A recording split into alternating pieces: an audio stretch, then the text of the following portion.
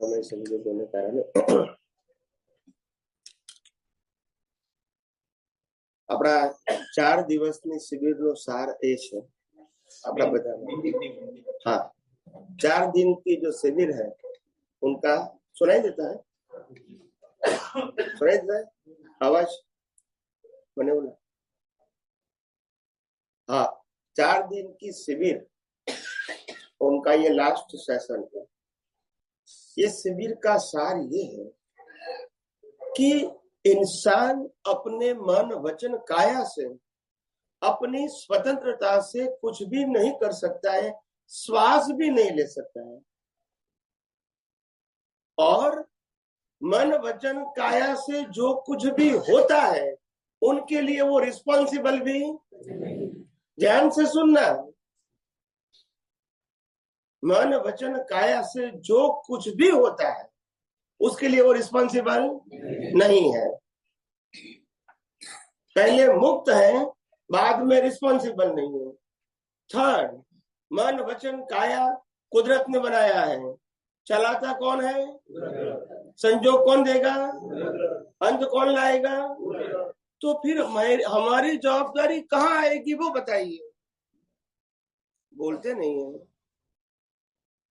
मगर जिम्मेदारी तब आएगी कि मन वचन काया के साथ आप जुड़ जाओगे, तब तो जिम्मेदार रहोगे। तुम जिम्मेदार हो नहीं, जिम्मेदारी ले रहे हो। क्या बताया? प्रकृति कर रही है और प्रकृति को कुदरत करवा रही है, और तुम कहते हो मैंने किया, तो जिम्मेदारी किसकी रहेगी? बताइए, यस और नो? और ज्ञानी पुरुष कहते हैं आपको मन वचन काया से मुक्त है तो मुक्त रहने का अनुभव करना है। क्या करना है? और मन वचन काया किसका है? तो कुदरत का है, तो कुदरती रचना देखो। इसमें आपको ज्यादा इन्वॉल्व होने की, डिटेल में जाने की आवश्यकता नहीं है। अगर मुक्ति पाना है तो, अगर प्रकृति को सुधारना है, बदलना है या अच्छी बनाना है तो फिर इन्वॉल्व होने की जरूरत है। प्रकृति से मुक्त रहने के लिए इन्वॉल्व होने की जरूरत, डिटेलिंग की जरूरत, ये आपका सब्जेक्ट नहीं है। ये प्रकृति आपकी नहीं है, कुदरत ने जन्म के साथ फ्रेश दिया है। क्यों दिया है? पिछले अवतार के कर्मों की भुगतान के लिए। आज ये लाइव ईगो इसके लिए जिम्मेदार नहीं है। फिर क्यों इन्वॉल्व हो जाते हैं जब जिम्मेदारी नहीं है तो? मगर अज्ञानता के वश जुड़ जाते हैं और जिम्मेदारी शुरू हो जाती है। प्रकृति के गुण को मेरे गुण मानते हैं, प्रकृति की अवस्था को मेरी अवस्था मानते हैं, प्रकृति के स्वभाव को मेरा स्वभाव मानता है, और प्रकृति की सभी अवस्था है, बचपन युवानी बुढ़ापा, वो मेरा है ऐसा। और मैं जीवन में डील कर रहा हूँ एक एक व्यक्तियों के साथ, वो मैं कर रहा हूँ। ये अज्ञानता के वश उनके नए कर्म, मगर अवस्था से कर्म नहीं बनते हैं। ज्ञानी पुरुष दादा भगवान ने भी कहा है, अवस्था मात्र जिनका कोई बाप भी, और वो व्यवस्थित है। कहा है कि नहीं? तो फिर अगर व्यवस्थित के अधीन है तो हमारी जिम्मेदारी कहाँ आती है वो बताइए। बोलते नहीं है, बोलिए ना। अगर व्यवस्थित के अधीन है तो हमारे अधीन है, और हमारे अधीन है तो व्यवस्थित के अधीन। बोल सकते हैं, दोनों वाक्य बोल सकते हैं। अभी ये भ्रांति कौन तोड़ेगा? कौन तोड़ेगा? इतना क्लियर बताया है। क्या बताया है? गोल गोल तो नहीं बताया ना। इसका कोई बाप भी रखना नहीं। कहा कि नहीं कहा? फिर कहता है मैंने किया, वो कहाँ आया? बताइए मेरे को। नहीं बताइए आप। जो सिद्धांत है वो सिद्धांत सबके लिए लागू होगा कि नहीं होगा? फिर आप इसको समझना नहीं चाहते तो कोई क्या करे? बात कितनी है, सिंपल है। यस और नो। और दादा भगवान ने खुद ही लास्ट ईयर ऑफ दादा भगवान 1987 में साफ कहा है, सच्चे साइंटिस्ट तो सामायिक प्रतिक्रमण में हाथ ही नहीं डालते, बोलते नहीं है। ये दादा भगवान का आप तो सूत्र है, मेरा सूत्र वो भी गलत, बोलो ना, वो भी गलत। जब हमको बात माननी ही नहीं है तो हम क्या करेंगे? अनुभवी पुरुष को तो जो बोलना था वो बोल दिया, और वो साइंटिस्ट बोलते हैं, अक्रम के आध्यात्मिक नहीं बोलते। साइंटिस्ट का मतलब साइंटिस्ट होता है, समझ में आया कि नहीं? साइंटिस्ट उसमें हाथ ही नहीं डालेंगे और जरूरत भी नहीं है। तो क्योंकि ये कुदरती रचना के अधीन हो रहा है, कोई कर रहा नहीं, और ये पूरा जीवन वो प्रोग्राम है और प्रोग्राम के मुताबिक हो रहा है। इसमें आज लाइव ईगो कैसे जिम्मेदार हो सकता है? वो तो लाइव तो फ्रेश है, बॉडी भी फ्रेश है, और कर्म तो आज मैं कैसे जिम्मेदार हूं? और भुगतान करना कंपलसरी है, इसमें कौन मना करता है? मगर भुगतान में मेरी गलती है, वो बिलीफ गलत है। किसकी गलती? न शरीर की गलती है, न लाइव ईगो की गलती है, न आत्मा की है। गलती तो कब हुई थी? अभी क्या होता है? तो रिजल्ट में गलती कैसे आएगी? यस और नो? ये दादा भगवान का सूत्र है 4186। 4186 પ્રતિક્રમણ સેના કરવાના કે આપણા વિપરિણામને લીધે આ સંજોગો ભેગા થાય છે, તે પ્રતિક્રમણથી ભૂસાઈ જાય. ખરી રીતે દર અસલ સાયન્ટિસ્ટને પ્રતિક્રમણની જરૂર જ નથી. આ તો આપણા લોકો ભૂલ થાપ ખાઈ જાય તેથી. અસલ સાયન્ટિસ્ટ તો આમાં હાથ જ ના ગાલે. The world is the science. Dada Bhagwan બોલતા નથી. Yes or no? તો હું તમને ફોલોઅર્સ બનાવું છું કે સાયન્ટિસ્ટ? સાયન્ટિસ્ટ આમાં હાથ ગાલે? એ કોણ કે છે? દાદા ભગવાન.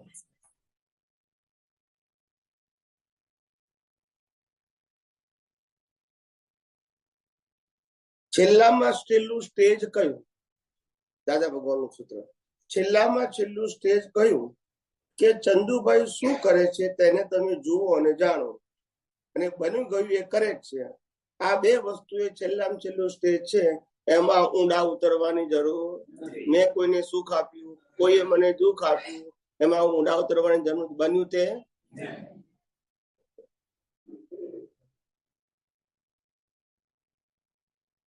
અમે તો શું કહીએ છીએ?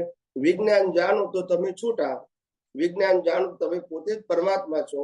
વિજ્ઞાન નહીં જાણો તો જાત જાતના અવતારમાં ભટક ભટક ભટક કરવું પડશે.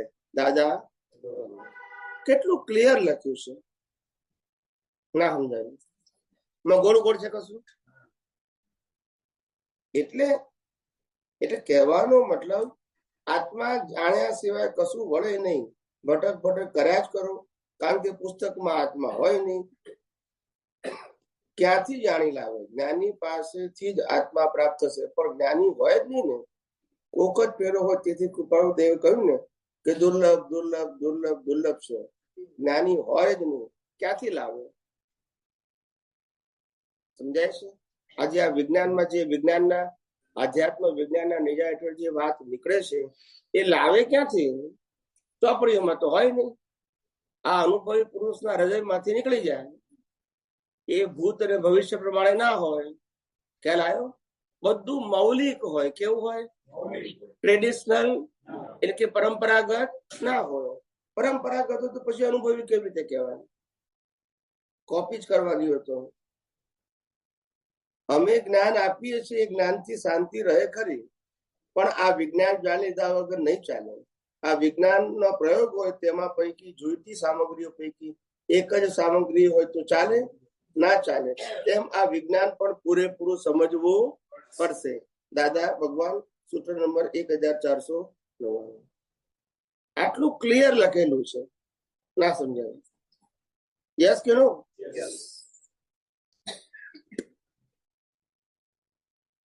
એટલે સાર એ છે કે જે આપણે નથી અને જેને આપણે ચલાવતા નથી એને, हाँ, जो हम नहीं है और जिसको हम चला नहीं रहे उससे हम संपूर्ण अलग है, यही अनुभूति करना है। और जो शरीर और शरीर के संयोग है इसको सिर्फ कुदरती रचना देखना है, विदाउट एनी ओपिनियन। किसी भी प्रकृति की बात है, ये नहीं, सबकी बात है। ये प्रकृति देखो या सब प्रकृति देखो, देखना क्या है? कुदरती। तो फिर तुम जिम्मेदार और उससे आगे जाओगे तो फिर क्या होगा? जिम्मेदारी आएगी। समझ में आएगा? तो ये 4 दिन की शिविर का क्या है? सार है। बाकी तो जो प्रश्न किया उसका उत्तर दिया है, मगर विज्ञान का सार शॉर्ट एंड स्वीट है, उसमें कोई लंबा लंबा नहीं है। जो तुम है, वो जो तुम है इसका अस्तित्व सदा रहेगा, और जो तुम नहीं है और तुम्हारा नहीं है उसका अस्तित्व रहेगा नहीं, और जिसका है उनके पास ही रहेगा। समझ में आया? तो जो आपका नहीं है और जो आपके पास रहने वाला नहीं है, उनके यहाँ मालिकी भाव, कर्ता भाव, भोक्ता भाव और देहाद्या करने की क्या आवश्यकता है? बताइए। और यही अज्ञानता की जड़। लोग अज्ञान अज्ञान अज्ञान बोलते हैं, और फिर लोग कहते हैं कि मैंने तो ज्ञान ले लिया कि मैं शुद्धात्मा हूं। वो ज्ञान नहीं है। वो ज्ञान तो हिंदू धर्म में हिंदुओं को कई अवतारों से है कि मैं आत्मा हूं। ज्ञान ये नहीं है कि प्रकृति किसकी है और कौन, ये ज्ञान नहीं। ये दर्शन का अज्ञान है। किसका अज्ञान है? और बिना दर्शन केवल ज्ञान। तो ये बात है, पहले दर्शन क्लियर करो। केवल ज्ञान तो आत्मा में है ही, मगर दृष्टि केवल दर्शन स्वरूप नहीं है। मिथ्या ज्ञान मिथ्या दर्शन स्वरूप दृष्टि है। इसको सम्यक ज्ञान सम्यक दर्शन बनाना है, और सम्यक ज्ञान सम्यक दर्शन के लिए निश्चय में रखो कि मैं चेतन अविनाशी अनंत शक्ति वाला शुद्ध आत्मा हूँ, बाकी सब और वो कुदरती रचना है। वो कुदरत और कुदरती कानून के ऊपर आधारित है। वो रैंडम, ये शब्द नहीं है कुदरती रचना, वो साइंस है। वो साइंस की पूरी प्रोसेस है, खाली वर्ड नहीं है। क्या नहीं है? शब्द नहीं है। ये 6 तत्वों से बना है और कानून से चलता है। उसके द्वारा बनी हुई अवस्थाओं को कुदरती रचना, और दुनिया की कोई भी अवस्था कुदरती रचना नहीं है। ऐसा हो सकता है? इसलिए शॉर्ट में कहा अवस्था मात्र। इसमें अलग अलग कहने की जरूरत, क्योंकि सभी अवस्था कुदरती रचना है। उसमें कोई डिवीजन ये है और ये, इतना क्लियर है। और कुदरती रचना है अवस्था, तो देखने का क्या है? इसमें क्या डिफिकल्टी है बताइए? प्रैक्टिस की जरूरत है। इसमें लेबर कहाँ है? कोई मेहनत है? कोई कंठस्थ करना है? देखना ही है। और चूक गए तो कोई बात नहीं, दोबारा देख लो, कोई मना थोड़ी करता है। विज्ञान ऐसा नहीं है कि अगर आपने विज्ञान का अप्लाई नहीं किया, तो ज्ञानी कहते कि विज्ञान का अप्लाई नहीं किया तो बहुत बड़ा गुनाह नहीं बनता है, मगर दोबारा आप देख सकते हैं। आप समझे? और अगर न देखने से कर्म बंद हो जाता है तो भुगतान तो होगी, मगर उससे डरने की जरूरत, क्योंकि दोबारा आपने देख लिया है तो अज्ञान तो निकल जाएगा, मगर जो बीच पड़ा है उसकी भुगतान तो इम्पोर्टेंट। अज्ञान निकल जाना इम्पोर्टेंट है, बीच पड़ना इम्पोर्टेंट।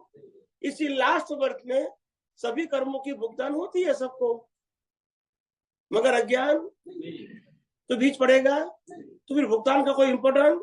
नरकते में भी जाएगा तो तकलीफ क्या है? तो जो कर्मों से डराते हैं ना, ऐसा कर्म किया तो ऐसा पाप लगेगा, ये जो भय संज्ञा है, इसके आधार से लोग प्रायश्चित करते हैं। हालांकि धर्म के माध्यम से और सामाजिक माध्यम से वो बात करेक्ट है, मगर आध्यात्म में ये बात नहीं आती है। सामाजिक और धर्म में ये बात सही है कि ऐसा होना चाहिए, क्योंकि समाज में अच्छे इंसान चाहिए और धर्म में पुण्य चाहिए। तो पुण्य के लिए पाप को हे करना वो जरूरी है, मगर आध्यात्म में पाप और पुण्य दोनों नहीं चाहिए, तो वो सब्जेक्ट फिर अलग हो गए। तो इसीलिए यह आध्यात्म विज्ञान में प्रकृति की कोई वैल्यू बताया, क्योंकि हमने सत्संग में कई बार कहा है आध्यात्म विज्ञान में मन वचन काया वो सब्जेक्ट, क्योंकि क्या है, कुदरती रचना है। किसी की भी प्रकृति क्या है, तो फिर सब्जेक्ट बनाने की क्या जरूरत है, सबकी प्रकृति इक्वल ही तो है, कुदरत ने बनाई कोई भी प्रकृति, और अंत भी और रहेगा भी, तो इसमें डिटेलिंग में जाने की क्या जरूरत है किसी की भी प्रकृति के अंदर। तो इतना सिंपल, सहज और सरल जो विज्ञान मिला है, इसका लाभ लेके ये अपना वर्तमान जीवन सफल बनाओ विज्ञान का उपयोग करके। और जो कल कहा था कि प्रकृति के साथ डिवोर्स ले लो, प्रकृति के साथ, और परमात्मा के साथ मैरिज कर लो। करना तो पड़ेगा ना, दिखता नहीं। मैरिज है, तकलीफ ये है मैरिज में कि प्रकृति के साथ भी किया है और परमात्मा के साथ डबल हो गया है। दोनों में से एक को करो तो काम लगेगा। प्रकृति भी मेरी है, परमात्मा भी मेरा है, ऐसा नहीं चलेगा। तो घर में जाऊंगी तो मालूम होगा।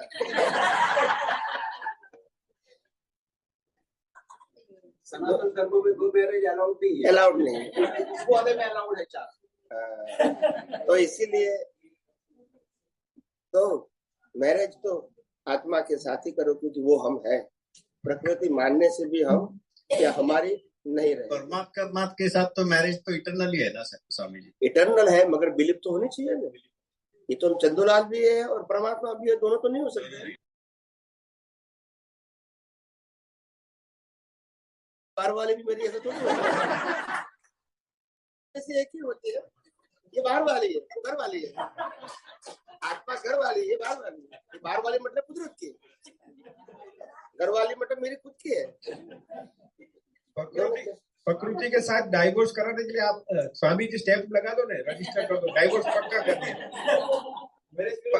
आपकी हाजिरी में मतलब रजिस्टर स्टैंप मार दो कि आपका डाइवोर्स हो गया प्रकृति के साथ।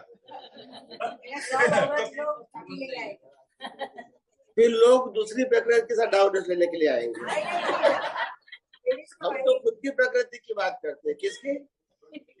हाँ, दूसरे की नहीं। आप सही। चलो प्रश्न करो। जय सच्चिदानंद। जय सच्चिदानंद। स्वामी जी, ये स्पिरिचुअल मार्ग में, आध्यात्मिक मार्ग में यहाँ छोड़ के बाहर लोग बताते कि ये क्रिया करो उससे मोक्ष है, ये क्रिया करो उससे मोक्ष है, जिसके कारण जो क्रिया करता है वो मिसगाइड होता है। इससे मोक्ष होगा वो समझ के बेचारा करता है, तो वो जो उसको बोलता है उसको देहाध्यास गया नहीं है अभी तक, केवल दर्शन नहीं हुआ है, तो क्या कुदरत उसकी सजा देगी? महावीर ने स्पष्ट कहा है, मेरी पाठ से 9 नौडा नरक में जाएंगे। नहीं समझ वो फिर क्या है? तो जिम्मेदार तो है पाठ पर से, नीचे से नहीं बोला। हाँ, मतलब जो रिस्पॉन्सिबल है, जिसको फॉलो करते हैं, तो बात तो वही कहा तो दिया, फिर क्या है? जिम्मेदार है। When you are guru, you are responsible. इसलिए मैं तो गुरु बनता नहीं हूँ, मैं तो गाइड हूँ। मैं तो साफ बोलता हूँ, मैं गुरु नहीं हूँ, अन्य शिष्य बनाता हूँ। सिंपल बात है ना। ये आध्यात्मिक विज्ञान और उसका बताने वाला बहुत कम लोग हैं, और अदर देन बताने वाले होते ही नहीं है। होते ही नहीं है। तो मतलब वो सजा आएगी उनको, सबको आएगी, सबको, जितने भी धर्म गुरु है। हाँ, जो लोग ये कहते हैं कि मैं पुण्य कमाने की बात करता हूँ, पापों को मिटाने की बात करता हूँ, वो सही है। हाँ, मतलब मगर स्पष्ट वो बता कहते दिया। कि ये मार्ग से मुक्ति मिलेगी, हाँ। ये तो भ्रांति है। वो रॉन्ग है तो उसमें पुण्य सजा का आएगी। मार्ग बताते हैं वो सही है। हाँ, क्या बताया? पुण्य का मगर मार्ग है। पुण्य के मार्ग को मुक्ति का मार्ग बताते वो मिसगाइड। यस, कोई भी धर्म पुण्य का मार्ग है, कोई भी धर्म, इसमें कोई क्वेश्चन नहीं नहीं। है। मगर धर्म पुण्य के मार्ग को मुक्ति का मार्ग बनाना, ये तो ब्लंडर है। हाँ, आप समझे? समझ गया, बस आप समझे। समझ गया। आर्ट्स को आर्ट्स बताओ, कॉमर्स को कॉमर्स बताओ, और साइंस को साइंस बताओ, इसमें कोई तकलीफ नहीं है, मगर आर्ट्स और कॉमर्स दोनों को भी साइंस बताओगे वही है। तो कुछ गलती है कि नहीं? हम्म, बात ये है, जो है वो बताओ, कौन मना करता है? यस, मैं कितनी बार से समय कहता हूँ, कोई अगर मेरे को सामाजिक प्रश्न करते हैं, मैं कहता हूँ जो ये प्रश्न आपका सही है, मगर ये प्रश्न का उत्तर जहां देते वहां आप जा सकते हैं। किसने मना किया? मेरा सब्जेक्ट क्लियर बोलता हूँ कि नहीं बोलता हूँ? मैं क्यों गड़बड़ करूं? जो मेरा सब्जेक्ट नहीं है मैं उत्तर नहीं दूंगा, और जिसका सब्जेक्ट है जो उत्तर दे रहे हैं वहां आप जा सकते हैं। किसने मना किया? मगर यहाँ मेरा तेरा तो नहीं है, यहाँ कोई फॉलोअर्स नहीं है, फिर तकलीफ क्या है? मैं तो गाइड हूँ। आप समझे कि नहीं? आप शिष्य नहीं है, आप फॉलोअर्स नहीं है। आप समझे ना? आप साइंटिस्ट बन रहे हैं, इंडिपेंडेंट बन रहे हैं, डिपेंडेंट नहीं, और सरेंडर नहीं होना है, अपनी शाश्वत शक्तियों को जागृत करना है। आप समझे ना? तो बात ये है। नहीं, आप सही बताते, बट बाहर वो ये साइंस कॉलेज है करके बोर्ड मारता है और कॉमर्स सिखाता है, तो मतलब उसकी सजा आएगी। सवाल ही नहीं, सवाल ही नहीं, वो तो आएगी नहीं। यही तो कुदरत का कानून है। लोग कहते गलती नहीं किया है, फिर बिना गलती सजा होती है। लॉ ऑफ नेचर से अगर किसी व्यक्ति को सजा होती है तो वो निर्दोष नहीं है, अगर किसी को सजा नहीं होती है तो वो दोषित नहीं है। आज आपको दोषित लगता है, क्या बताया? आज दोषित दिखता है, मगर दोषित नहीं है कुदरती कानून में। कुदरत और आज वो निर्दोष लगता है फिर भी सजा होती है, मतलब कुदरत कानून में गुनहगार। मगर गुनाह आज नहीं किया है, इसीलिए दिखता नहीं। तुम आज के आधार से कहते कि नरसिंह मेहता ने क्या गलती किया? हाँ, भाई आज की कहाँ बात है? आज तो भुगतान कर रहे हैं। गलती कब किया था? पिछले राम ने क्या गलती किया था वनवास पिछले जाना? तो फिर राम की सीता उठा के लिए क्या गलती किया? तो आज की बात तुम आज टैली करने के लिए जाओगे तो होगा नहीं, मगर जिसको सजा मिलती है वो निर्दोष कभी होते हैं नहीं, और जिसको सजा नहीं मिलती है वो दोषित भी नहीं। ये लॉ ऑफ नेचर है। अब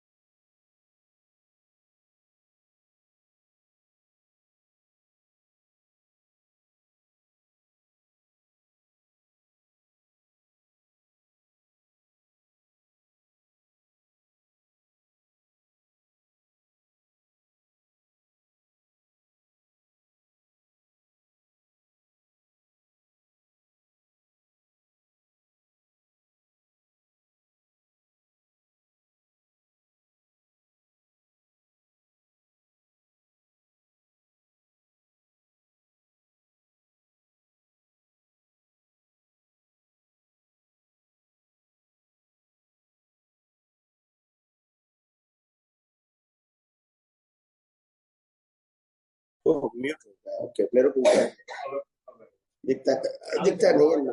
हाँ, तो अज्ञानी के लिए पाप पुण्य और चार गति है, क्या बताया? अज्ञानी के लिए है, वो गलत नहीं है, मगर वो ज्ञान की अब हमको जरूरत नहीं है। अज्ञानी के लिए पूजा पाठ करना, तप जप करना, आरती करना, ये उनके लिए पुण्य का कार्य है। हमारे लिए कुदरती, तो वो सब्जेक्ट हमारा अभी आपको समझ में आया? इसमें किसी व्यक्ति को आपके व्यवहार से दुख हो गया या दूसरे व्यक्ति से आपको दुख हो गया, तो ये दोनों व्यवहार हमारे लिए क्या है? कुदरती रचना। तो फिर वो इम्पोर्टेंट नहीं है। Now you understand? दोनों की बात करता हूँ।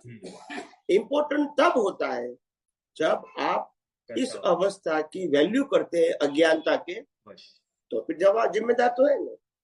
अज्ञानता के बाद तो सब कुछ करेक्ट है दुनिया में घूमने के लिए। दादा भगवान ने क्या कहा है? अगर आपको संसार में घूमना है तो सब कुछ करने की जरूरत नहीं कहा है, और मोक्ष में जाना है तो कुछ भी करने को कहा है कि नहीं कहा है? फिर क्या है? पर जब हम अज्ञानता की बात करते हैं तो वहां पर भी पाप और पुण्य जो है वो भाव से ही बनते हैं, राइट? भाव से ही बनते, क्रिया से नहीं बनते हैं।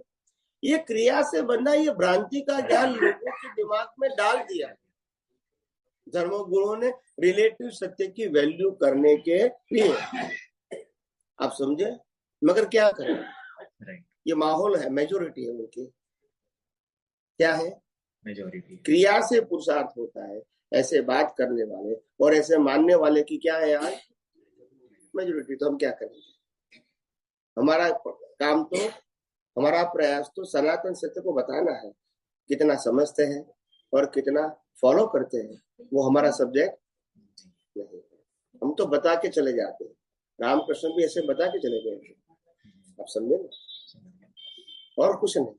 सो अज्ञानी है और वो मतलब संजोग में जुड़ जाता है, और उस समय पर वो सुख देता है या दुख देता है, उसके आधार पे उसकी देवगति या नरगति डिसाइड होती है।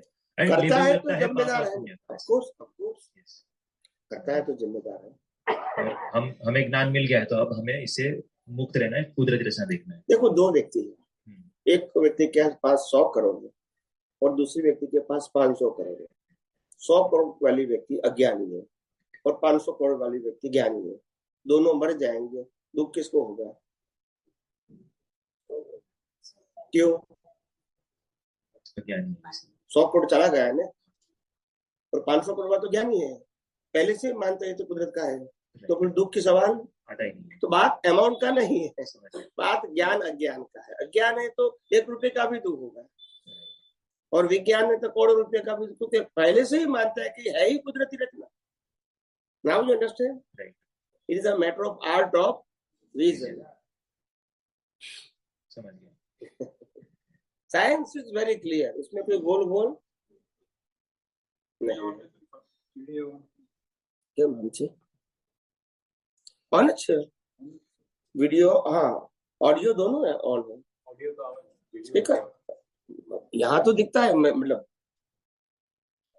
क्रॉस नहीं है। 1 मिनट में बंद करके चालू करूँ, चलो वीडियो को। ये बंद कर या मैंने? लॉ ऑफ नेचर है। एक मनुष्य की कैपेसिटी मिनिमम 1 बर्थ बनाने की है, और मैक्सिमम 8 बर्थ के कर्म 1 बर्थ में बना सकते। ये उनकी कैपेसिटी कुदरत का कानून है, कोई व्यक्ति का कानून नहीं। आप समझे कि नहीं समझे? ये मतलब आप कहोगे कि 24 तीर्थंकर क्यों? तो कुदरत का कानून है, हम क्या करेंगे? 12 चक्रवर्ती क्यों? 13 क्यों नहीं होते हैं? तो कुदरत कानून के हम क्या कर सकते हैं? मतलब शास्त्र में बताया गया है सर। कई बात, सारी बात शास्त्र में होती है, कई सारी बात शास्त्र में नहीं होती है। एक कम से पूनम में 15 दिन क्यों, 20 दिन क्यों नहीं?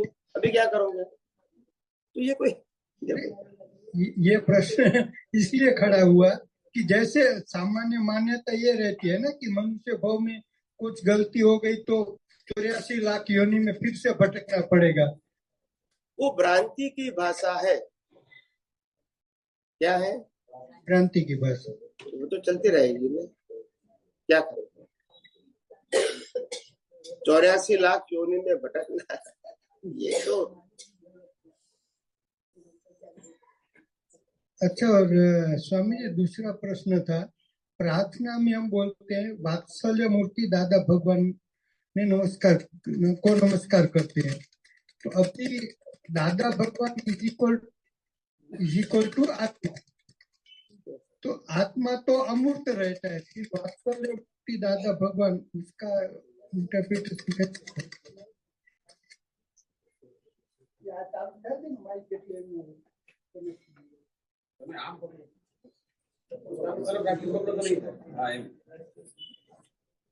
देखो,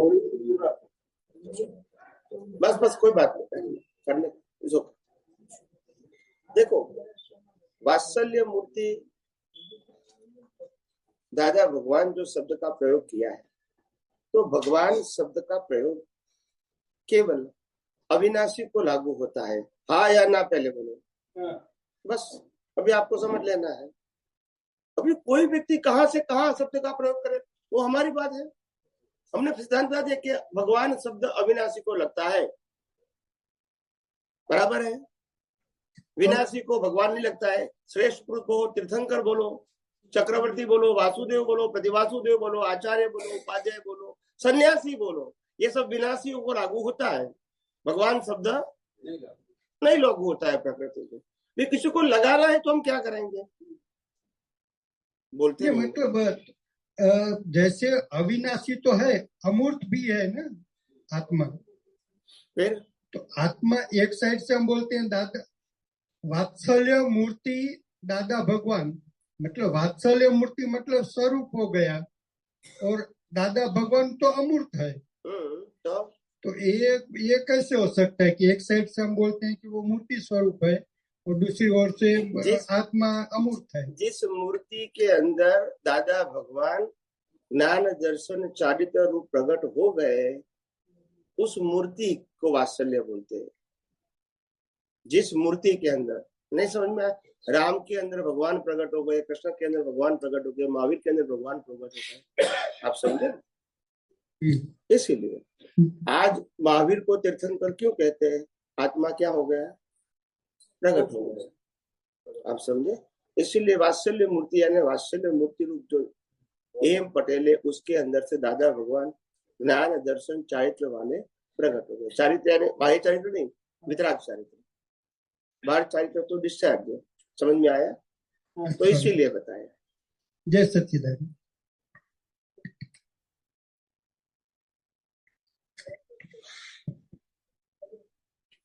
स्वामी जी कोटि कोटि वंदन। स्वामी जी, कई प्रश्नों का जवाब तो मुझे ऐसे ही बिना सवाल की ही मिल गया। बहुत अच्छा। और सवेरे जो बात निकली थी समाधि की, तो आपने कहा कि ये मुस्लिमों का प्रथा है, लेकिन मैंने कई ऐसी समाधियां भी देखी हैं जो अपने हिंदू लोगों की हैं, लेकिन वो जीते जी समाधि लेंगे, निर्वाण के बाद नहीं। एग्जाम्पल, फॉर एग्जाम्पल ज्ञानेश्वर की समाधि है आनंदी में, नामदेव जी की समाधि है, और कई सारे ऐसे, सोपान देव की है, निवृत्तिनाथ की है, तो इन सब ने जीते जी समाधि ली है। वो अपने कौन से राजा थे अपने जो वेरी पॉपुलर हो गए, योगी बन गए थे? वर्तुड़ी राजा, उनकी भी समाधि हम जाके आए वहाँ राजस्थान में। वो अलवर से गए थे, 2-2.5 घंटे का रास्ता गए थे। हिंदू धर्म में भी समाधि का पहले से ही चलन है। एक मिनट, आपका प्रश्न में समझ गया, प्रश्न समझ गया, और आपने एग्जाम्पल दिया वो भी करेक्ट है। बताऊंगी आपको, ये परंपरा मुस्लिम राजाओं को आने के बाद हुई, उसके पहले की नहीं है। आप देख लेना, परंपरा समझते हैं ना आप? हाँ। बस। लेकिन ज्ञानेश्वर की समाधि पे, नामदेव की समाधि पे वो कितना साल हुआ देख लो आप। लेकिन उन्होंने जीते जी समाधि ली। वो ठीक है, कई सारे जैन धर्म में संथारा लेते हैं, उसकी समाधि नहीं बनाते, और कई सारे जैन धर्म की बात छोड़ दो, बुद्ध धर्म में भी समाधि लेते हैं। मैं आपको वीडियो दिखाऊंगा, ऐसे लेट जाते हैं, फिर जला देते हैं। समाधि नहीं होती है, समाधि मृत्यु बोलते हैं। यहाँ समाधि का मतलब होता है उपाधि रहित मृत्यु, वो अंदर की अवस्था है, बाहर समाधि की जरूरत नहीं है ना। अभी आप समझे, हिंदू धर्म में समाधि शब्द का मतलब था अंदर की चित्त शुद्धि और चित्त की स्थिरता, इसको समाधि बोलते हैं। और वो डिस्टर्ब है तो इसको उपाधि बोलते हैं। तो उपाधि और समाधि का मतलब ये था, फिजिकल नहीं था। फिर ये समाधि शब्द ये परंपरा में से आया। Now you understand. कई सारे राजा महाराजाओं की भी बनी है, मैं मना नहीं करता हूँ, मगर ये परंपरा आई कहाँ से, ये आप सुनो।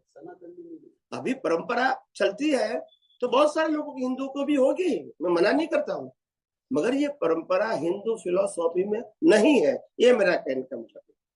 अभी हिंदू परंपरा में है मगर फिलोसॉफी में नहीं। अभी आज कोई भी कुछ भी करे तो क्या करेंगे, हमारे समाधि होता ही नहीं है, शाश्वत की समाधि होती है। हम प्रकृति को इम्पोर्टेंट देने वाले लोग नहीं है, हम परमात्मा का इम्पोर्टेंट देने वाले लोग हैं। और आज प्रकृति का इम्पोर्टेंट देने के बाद ही इतना मतभेद हुआ है। यस और नो? तो ये अच्छी बात है। तो सनातन परंपरा में ऐसा हो सकता है? नहीं हो सकता है। मगर गलती से हो गया तो क्या करेंगे, हम गलती को सही बताएंगे। गलती गलती है, करना है वो करें। यस और नो? कोई तो बताने वाला चाहिए। अपनी सनातन है, अस्तित्व प्रकृति का खत्म हो गया, ये तो प्रकृति का ही था, आत्मा हमारा, यही बताने का उद्देश्य है और यही सॉल्यूशन है। और उस समय पहले जमाने में यही था, मरने के बाद याद करने से क्या फायदा, आप समझे। और उसके ऊपर तो बहुत सारे कमेंट्स आए। एक मास्टर ने पूछा कि स्वामी जी, हमारे समाज में लोग मरने के बाद उसको फोटो लगाते हैं और हर साल एक हार बनाते हैं नया। जीते जी कभी लगाया नहीं, मरते समय लगाते हैं, क्यों? इसका कोई राज बताओ। मैंने बोला जब तक हार बताया तब तक मालूम है वापस नहीं आएगा। बोलते नहीं है, बोलते नहीं है। हार लगाया मतलब वापस, फिर मिलकत दिया उसकी तकलीफ ऐसे जॉक बनाता है। ये तो व्यवहार है। नहीं, मेरा देखो, मेरा काम सही गलत करना नहीं है, अपनी सनातन परंपरा क्या है वो मैं बताना चाहता। कोई करता है तो गलत है ये कहने का मेरा मकसद नहीं है, मगर आप गलत रास्ते को सही बताकर चलते, दैट इज करेक्ट, इनकरेक्ट। आप कहो कि मैं परंपरा को फॉलो करता हूँ, इट्स ओके। अब ये परंपरा चालू हुई है, चालू नहीं रहेगी, रहेगी। यस और नो? ये कोई नई बात है, मगर परंपरा हमारे फिलॉसफी के विरुद्ध है। आज दुनिया में भारतवर्ष के अलावा, हिंदू के अलावा सभी लोग अपना समाधि या जो भी कहे वो बनाते थे। आज कोविड में क्या हुआ, लोगों ने चेंज कर दिया, हमारा तो वही का वही है। नाउ यू अंडरस्टैंड कि सनातन की परंपरा कभी परिवर्तित नहीं होती है। अंत में लोगों को विलिंगली या मजबूरी से स्वीकार, हम भले कहे हिंदू संस्कृति है, नमस्कार लोग बोलते थे ना बड़े बड़े, तो ये सनातन परंपरा है। तो बात ये है, कोई गलत करते हैं या गलत परंपरा कलयुग के हिसाब से चालू रहती है, वो ठीक है, मगर हम तो, हमारा काम सही बताना है। किसी को फॉलो करना है न करना वो हमारा सब्जेक्ट, वो पहले भी मैं तो बता रहा हूँ। यस स्वामी जी, ये शुरुआत जो होती है प्रतिष्ठित आत्मा की, चैतन्य और जड़ के सामीप्य भाव से होता है, और प्रतिष्ठित आत्मा थ्रू आउट इट्स एग्जिस्टेंस हमेशा वो आकार, रूप, रस, गंध, इसके कारण ही उसका अस्तित्व है। और हमेशा वो चाहता है आकार कोई भी आकार हो, आकार को ही वो परसीव कर सकता है। जहां तक मैं समझा नहीं आपको, आप क्या कहना चाहते हैं, कुछ लॉजिक मतलब प्रतिष्ठित आत्मा जो है उसको जो जानने में है, जैसे सूक्ष्म से सूक्ष्मतम, सूक्ष्मतर जो बोलते हैं हम लोग, तो उससे जो नीचे लेवल का है, जैसे प्रतिष्ठित आत्मा के जो नीचे का स्तर का है, वो क्या है, जड़ का आकार है, उसका स्मेल है, कलर है उसका, उसको वो परसीव कर सकता है। बट उसके ऊपर के लेवल का परसीव कर सकता है, उसका रीजन अज्ञानता है, बट उसको वो जान सकता है या उसकी पहचान उसको हो सकती है, और उसमें वो हमेशा ढूंढता है कि मैं इसमें और अपग्रेड कैसे करूं, और अच्छा कैसे सुख भोगूं। ये उसकी हमेशा प्रतिष्ठित आत्मा जो होता है उसका रूप रंग स्पर्श आकार नहीं होता है, मगर प्रतिष्ठित आत्मा जो देखता है अज्ञानता के वश, उसका नाम रूप रंग रस गंध और आकार वही हमेशा वो और उसमें फंस जाता है, और रूप रस गंध स्पर्श आकार वाली अवस्था वो कुदरती रचना है, मगर वो देख सकता नहीं है अज्ञानता के, और इसीलिए कर्म बंध हो जाते हैं। प्रतिष्ठित आत्मा में रूप रस गंध स्पर्श नहीं है, करेक्ट, बट वो उनका जो विजन है वो रिलेटिव सत्य वाला है, तो वही देखेगा। हाँ, बट उसमें ही फोकस रहता है उसका, वही अज्ञान में तो वही रहेगा, अज्ञान में वही रहेगा। करेक्ट, तो 100% है। राइट। अभी मैं उसको बोल रहा हूँ कि नाउ मतलब अभी तुम आत्मा हो और तुम ये सब मतलब जीरो है, वैल्यू इसका जीरो करना है, बट इसने ना तो कभी आत्मा को देखा है, उसका ना तो आत्मा का कोई रूप है, ना रस है, गंध है, कुछ भी नहीं है, जस्ट एक कॉन्सेप्ट ही है अपना, कि बिल्कुल इमेजिनेशन बोल सकते हैं उसको। अभी मुझे कुछ इमेजिनरी को पकड़ना है और जो एक्चुअल मुझे दिखता है उसको छोड़ना है, और वो छोड़ने में मेरा खुद का अंत भी होने वाला है, मतलब प्रतिष्ठित आत्मा का एग्जिस्टेंस भी खत्म हो रहा है। तो क्या प्रतिष्ठित आत्मा अपना खुद का ही एग्जिस्टेंस खत्म करके उधर ऐसा देख सकता है उसकी दृष्टि में? बता आपका प्रश्न लॉजिकल है, अच्छा है।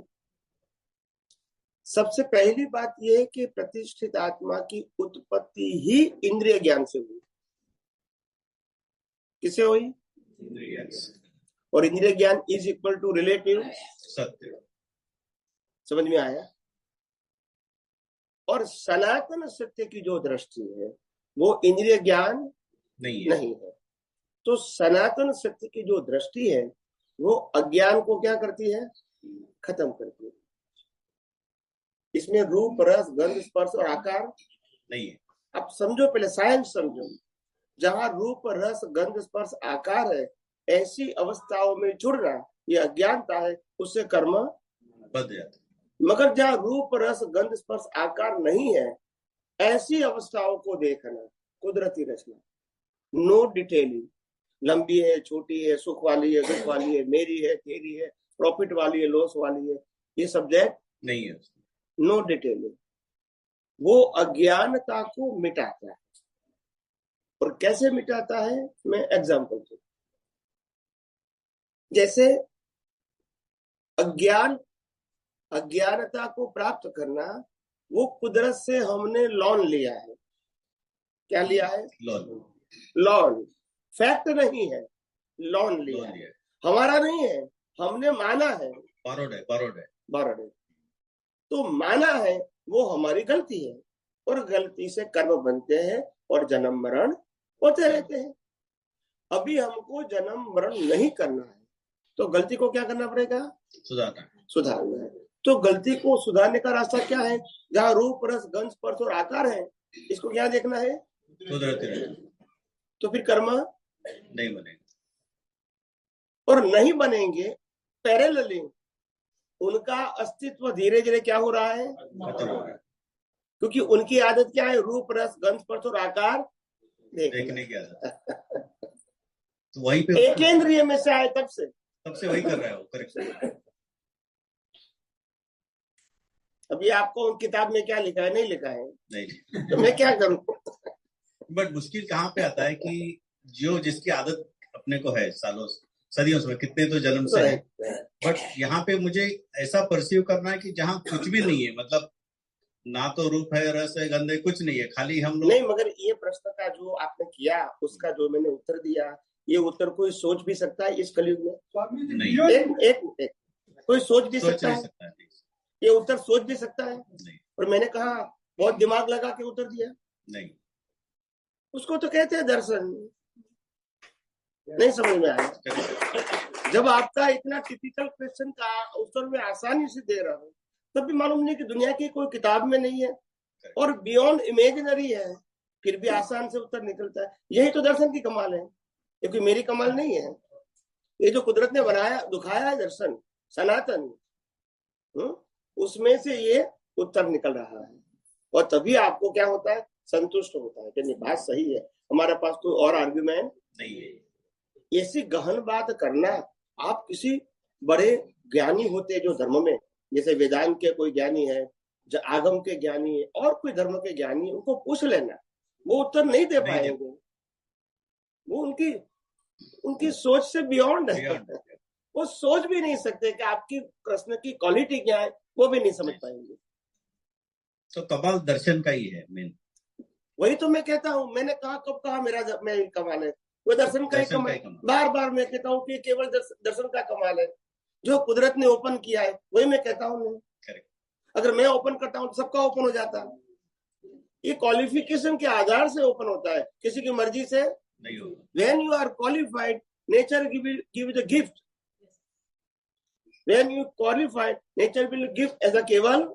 मगर आप क्वालिफाइड नहीं है तो क्या करना है, ये कोई जबरदस्त थोड़ी है कहीं। तो वो भी प्रोसेस ऑटोमेटिक होता होगा ना? ऑफ कोर्स ऑटोमेटिक होता है, ये मांगने से नहीं होता है। जैसे परिपक्व हो गया तो फिर उसको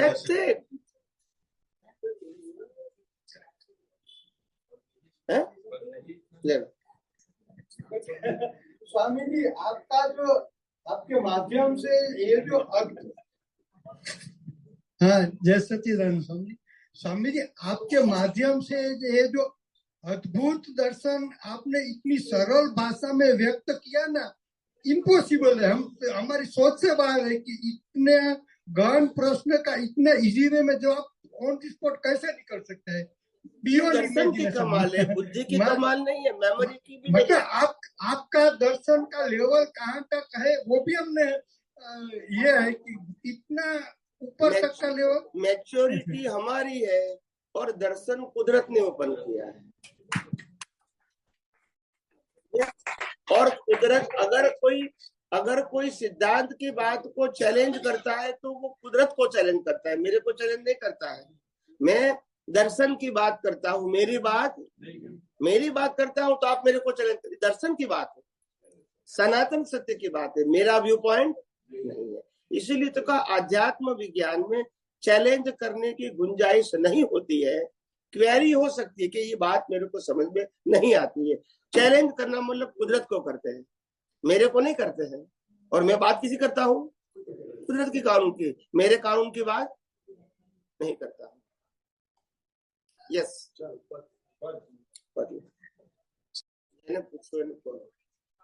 समय ઓછો છે, જેમ ઝડપથી પૂછજો પ્રશ્નના જવાબ બહુ ટૂંકા આપી સર, समय ઓછો છે। सबका डिटेल में मैंने बता दिया है विज्ञान को। यस प्लीज बैठ के बोलिए, शांति से बैठ बोलिए। बंद है बंद। जय सच्चिदानंद। जय सच्चिदानंद। स्वामी जी, मैं आपको कोटि कोटि प्रणाम करता हूँ। और कुछ एक दो सिंपल क्वेश्चंस थे मेरे दिमाग में। बहुत अच्छा। आपने कहा कि मोक्ष प्राप्ति के लिए कुदरती कानून और कुदरती रचना, इस पे ही अपने को फोकस करना है। यस। और इसके अलावा ज्यादा हमें और कोई बात में गहराई में नहीं जाना है। उसकी बात में कुदरती कानून, कुदरती रचना, इसमें गहराई पे नहीं जाना है, मतलब उसके डिटेलिंग में नहीं जाना है जी। कुदरती रचना का जो डिटेलिंग है उसमें नहीं जाना है जी। कुदरती कानून और कुदरती रचना समझने में डिटेलिंग में जाना है जी, मगर कुदरती रचना की अवस्था में डिटेलिंग में जाना नहीं है। प्लीज कैरी ऑन जी।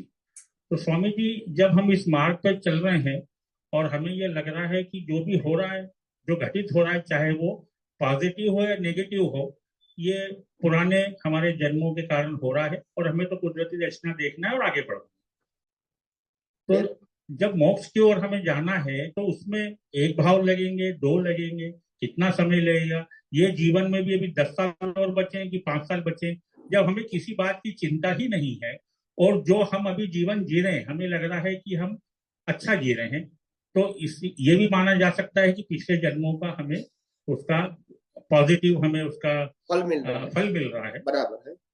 तो अभी यहाँ मुझे जब ये मालूम पड़ा, जानकारी में आया कि सत्संग शिविर लोनावाला में, तो इंदौर हमारे शहर से यहाँ आने के लिए हमने गूगल से मैप से पूछा तो उन्होंने बताया 650 किलोमीटर आपको चल के इस रास्ते से जाना है। बराबर।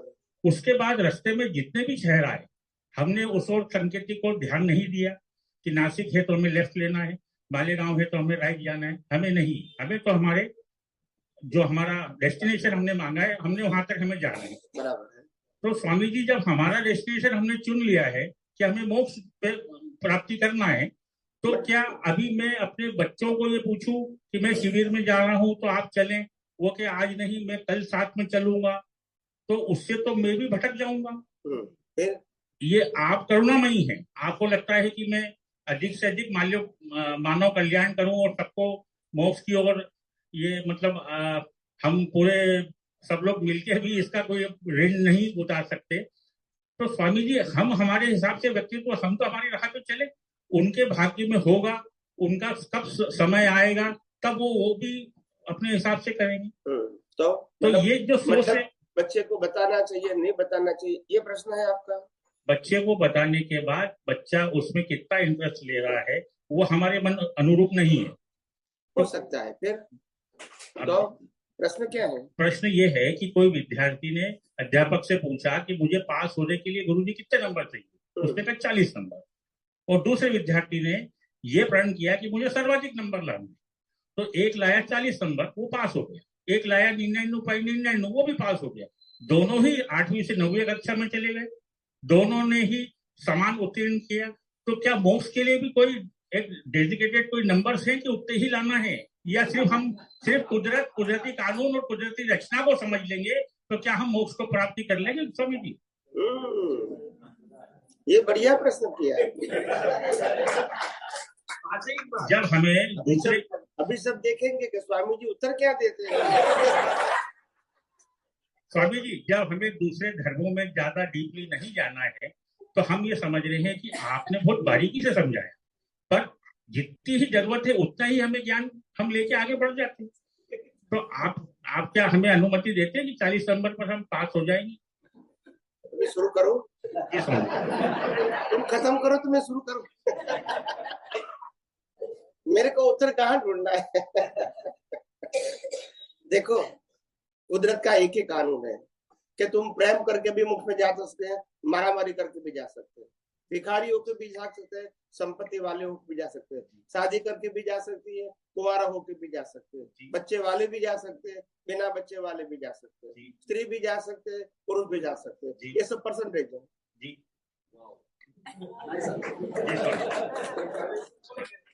राजा भी जा सकते, भिखारी भी जा सकते हैं, ये परसेंटेज जो मानना है मान सकते हैं। वैसे कभी भी जा सकते हैं, 20 साल की उम्र में भी जा सकते कोई हैं, भी उम्र, 25 साल की उम्र कोई भी। तो इतना एग्जाम्पल दे दिया, सभी की बात है, तो इसमें परसेंटेज सब आ गए। भिखारी जा सकते हैं, अब्जोपति भी जा सकते हैं, चक्रवर्ती भी जा सकते हैं, वासुदेव भी जा सकते हैं, तीर्थंकर भी जा सकते हैं, सामान्य केवली भी जा सकते हैं। अभी आप परसेंटेज करोगे तो क्या होगा? बाहर की क्वालिटी से कोई मतलब नहीं। अभी तुम ये बात पूछा, ये कहाँ लिखा है? ये लिखा नहीं है। नहीं लिखा होता है। और दूसरा प्रश्न आपने कहा 2 प्रश्न है। नहीं यही कोई बात नहीं, कोई बात नहीं, आपने 2 कहा था इसीलिए 40% पास में जाएगा। हो गया, जय सचिन। कोई बात जय सच्चिदानंद प्रभु जी। जय सच्चिदानंद। जंगम तीर्थाधिराजनी जय हो प्रभु, विजय हो घणी खबर। અનંત ઉપકારી આપના ખૂબ ખૂબ આભાર। 2 વાતો છે અને हिंदी 2 बात है और 2 क्वेश्चन है। कोई बात जी प्रभु जी, परसों जो आपसे बात हुई तो पता चला कि उपयोग में 50 है, पर समझ में नहीं आ रहा था उपयोग के 50 यानी साइंटिफिक सर्कमटेंशियल एविडेंस के आधार पे उपयोग नहीं हो रहा था, यही बात है ना? उपयोग का मतलब होता है आपने जो विज्ञान की दृष्टि प्राप्त किया है, अगर वो संजोगों में उसका यूज नहीं करेंगे तो बेनिफिट नहीं मिलेगा। इसमें क्या करेंगे? विज्ञान क्या करेगा? नहीं, उपयोग तो हम कर रहे थे पर समझ में नहीं आ रहा था, तो वो एक अलग बात है। उपयोग आपने किया मगर वो बिना समझे किया, या तो जिस प्रकार से समझना चाहिए ऐसा हमने नहीं किया, तो वो तो गलती होगी। વૈજ્ઞાનિક સંયોગિક પુરાવાના આધારે જે બધું કુદરતી રચના જોવાનું હતું यस यस એ પ્રમાણે નહીં થયું. અને એક બીજી વાત કે આ કલ્પસૂત્રમાં જે લખેલું છે એનો हाँ बोलिए बोलिए बोलिए। कल्पसूत्र अंदर बैठ जाइए। में लिखा है कि कल्पसूत्र में लिखा गया है कि पुण्य तीर्थंकरનો જન્મ થાય તો પુણ્યનો કેટલો મેજરમેન્ટ છે, તીર્થંકરનો પુણ્ય કેટલો છે, આ કહેવા માટે કવિએ કલ્પના કરી. કલ્પના સાથે અતિશયોક્તિ થઈ ગઈ અને આ પ્રમાણે કહેવામાં આવ્યું કે સ્વર્ગલોક, મધ્યલોક અને નરકલોકમાં એક સેકન્ડ માટે આનંદ એટલે થઈ જાય, એક અદ્ભુત આનંદ થાય. આ પ્રમાણે કલ્પનાના અતિશયોક્તિ પ્રમાણે એના પુણ્યના પ્રમાણનો એ આપવામાં આવ્યો છે, ના કે આ સિદ્ધાંતથી ટેલી થાય છે. पुण्य से नहीं, પુણ્યનું મેજરમેન્ટ કેટલું છે, તીર્થંકરનું પુણ્ય કેટલું છે, એટલે आत्मा के ज्ञान की अनुभूति जिसमें अनंत सुख है। पुण्य पाप तो बहुत छोटी चीज है। आनंद की जो अनुभूति होती है आत्मा की, उसके कंपेयर में दुनिया की कोई पुण्य की कोई वैल्यू नहीं। वो विनाशी है, मगर जो अविनाशी सुख की अनुभूति है वो सुख का अनुभव क्षण के लिए देवलोक, नरकलोक और मध्यलोक के जीवों को होता है। सुख पुण्य नहीं, और सुख पुण्य से पर है। जी तुम तो कुछ भी बोलो, मैं नहीं बोल सकता हूँ जी प्रभु. वो आनंद की बात का સુખ જ લખેલું છે પ્રભુ, पुण्य नहीं लिखा। હા મેં પ્રભુ. અને अभी तुम गलती करोगे, मैं भी गलती करूंगा तो क्या होगा? જી પ્રભુ, એટલે કરેક્ટ થઈ ગયો ને. બીજી વાત તમે એકવાર કીધું હતું, સમજણ એક ભાવ ચાલે પણ યોગ્ય ભાવ અને યોગ્ય કર્મનો સમન્વય સાથે સાથે ન ચાલવાના કારણે જીવના જન્મ મરણના અવતારો થઈ શકે. એટલે કાલચક્રના સાથે જ્યારે જીવનો ભાવ થાય, આગળ મેચ થઈ જાય તો પછી જીવનો ભાવ નહીં થાય. આ પ્રમાણે સમજવાનું છે પ્રભુ. मतलब जिस काल के अंदर, जिस परिस्थिति के अंदर हमारा जन्म हुआ है, उस जन्म के मुताबिक, उस वातावरण के मुताबिक तो आम लोगों का भाव होता ही है। मगर जो लोग इस कलयुग में पैदा होने के बावजूद भी जो लोग अपने स्वभाव में रहने की कोशिश करता है और पूरे कलयुग की अवस्थाओं को कुदरती देखते हैं, वो कलयुग में रहते हुए भी कलयुग से ऊपर है। आप समझे? वो कलयुग में तो है, मगर उनके ज्ञान दर्शन से कलयुग से बहुत ऊपर है। यानी कलयुग इसको टच या स्पर्श એને સાયન્ટિફિક અને ટેકનોલોજીનો સંબંધ કહેવાય પ્રભુ. એને જ કહેવાય પ્રભુજી. ઘણીવાર અમે हिंदी बोलो ना, हिंदी का सेशन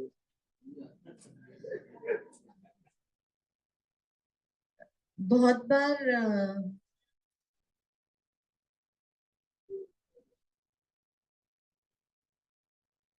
ओ गुजराती लेकर आया। ओके गुजराती बोलो, कोई बात नहीं, जो भी आपको पसंद है।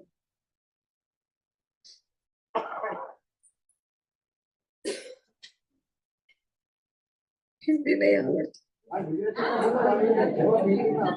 कोई बात नहीं, गुजराती बोलिए, डोंट वरी। गुजराती बोलिए, कोई बात नहीं।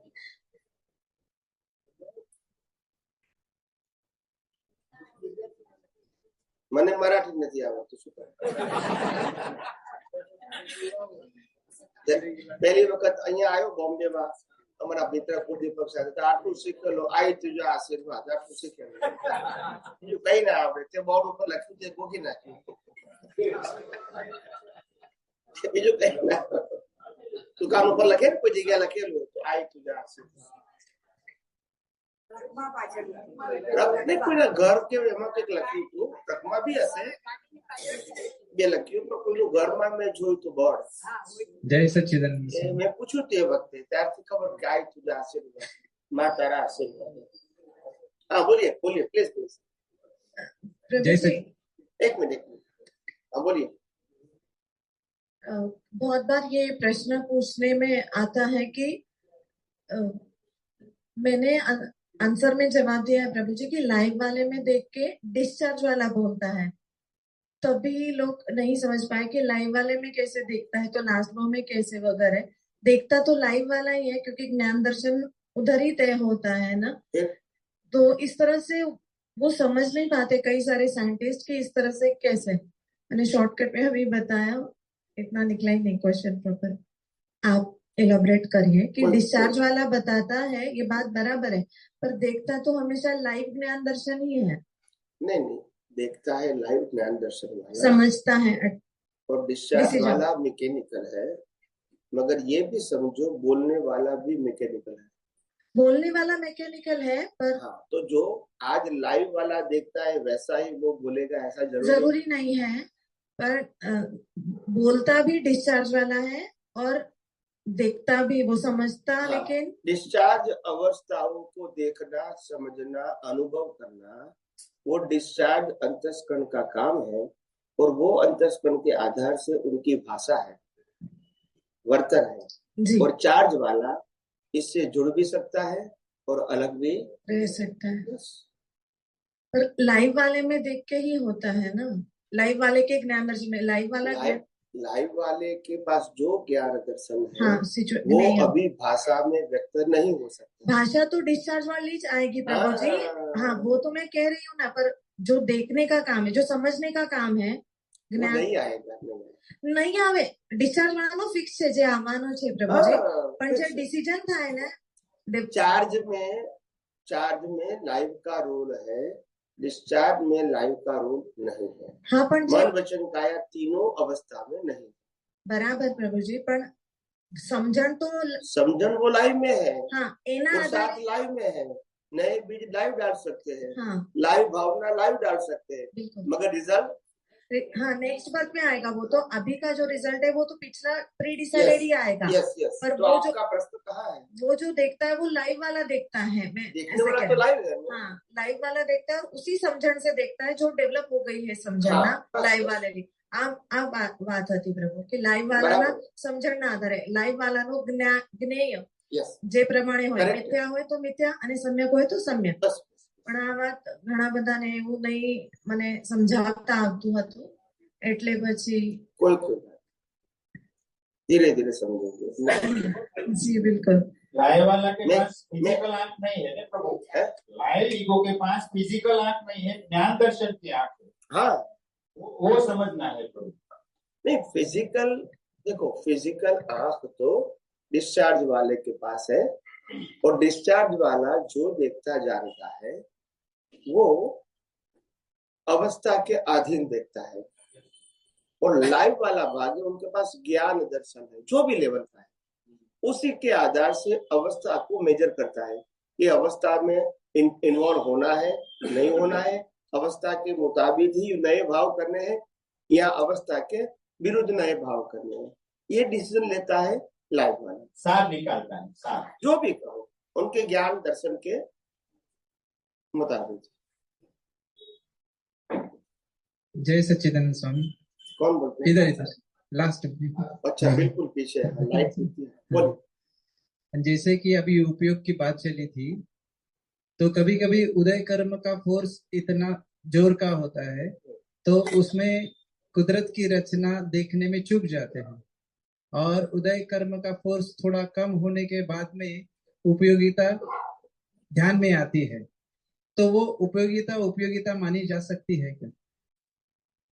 उसका उपयोग होगा क्या? मतलब पहले भी आएगी, बाद में आएगी. उपयोग तो उपयोग होगा, बाद में भी आएंगे.